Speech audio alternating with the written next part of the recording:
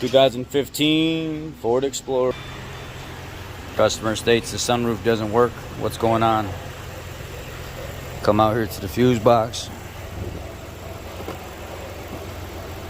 Check the fuse for it. I believe the fuse was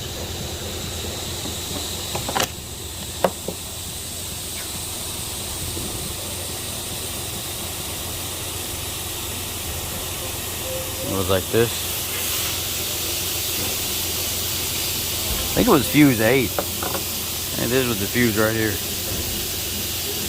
This is one of these three, but I'm pretty sure it was this one if I remember correctly. I'm not going to look it back up. I got a lot going on. I just wanted to do this video real quick, but I think it was that fuse number 8. 20 amp fuse, so check that. It wasn't blown, it was getting plenty of power. So then I went up to my connections up here.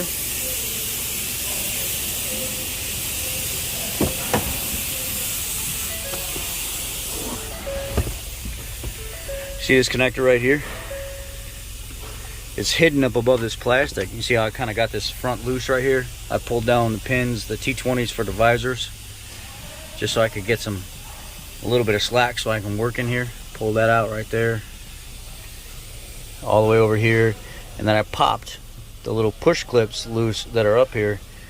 I was able to get to my connector here that has some of my main wires in it, but what ends up happening is this is the motor for your shade on this side. That's what brings the shade back and forth. And then the motor over here on this side has 3 T20s. And they're kind of hidden. There's one right here in this little indentation. There's one in the backside corner right there. And then there's one right here in the front. And that's 3 T20s. And then you can see the connection on the back right there. What ends up happening is inside that motor housing it corrodes. It rots out inside that housing. I had power and ground up there, but I had no motor function. So I knew if I had power and ground, my command was working 99.9% of the time. The motor's junk for that sunroof.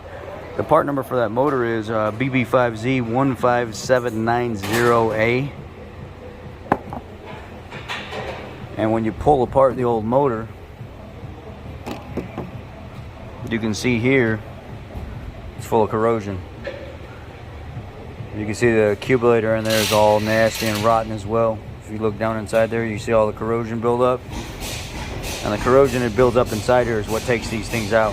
And it sits like this. See all that dust coming out of it?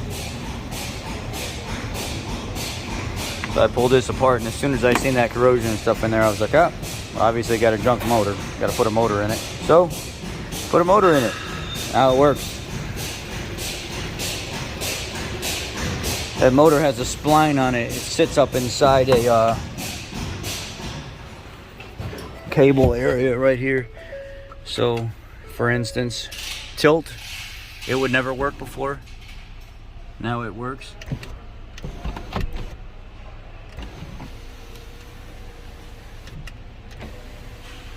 Now that works.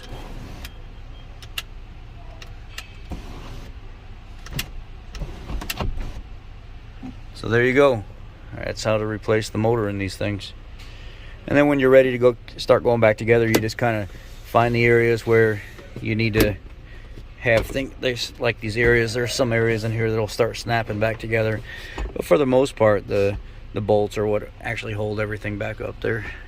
Screws, you know, there's like little screws all over the place inside here. Anyhow, I'm going to get it back together and you guys can see what it looks like once it's back together. This connector here, so one of the connections for it, it sits up above this.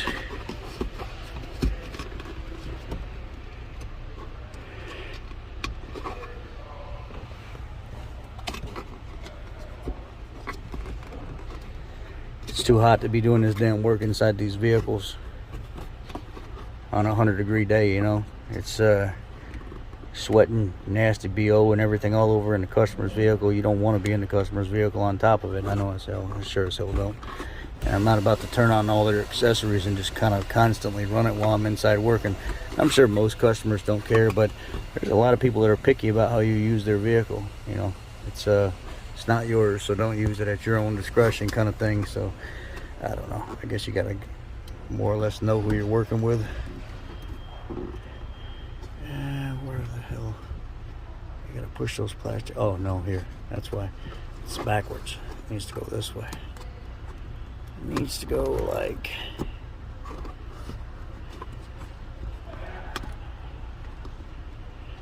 Come on, damn it! Like a freaking contortionist here.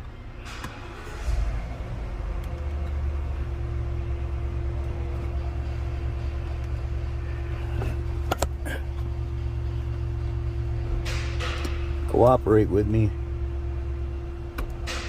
There we go. And then this goes right back up on top of it after that's pushed back in. So let me get everything back together. I'll show you what it looks like. Anyway, here, it's done. It's back together. There's a split in these plastic covers. There's a split right here. And you pop the corner back and pop the other part back and unhook this from the latch, and then you kind of pull it off and around. And the anchor pin right here, it has a T20 on the back side of it as well.